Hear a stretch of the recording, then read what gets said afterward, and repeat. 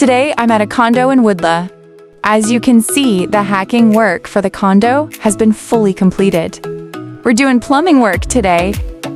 Our designer is already here, discussing with the plumber. The workers have started their job. First, they need to chip out all the old pipes that were embedded in the walls.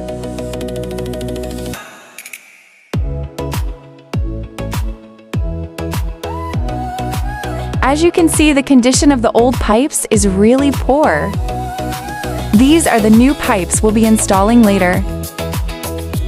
Our worker is now cutting the new pipes to the exact length, then assembling with connections and water valves together and installing them.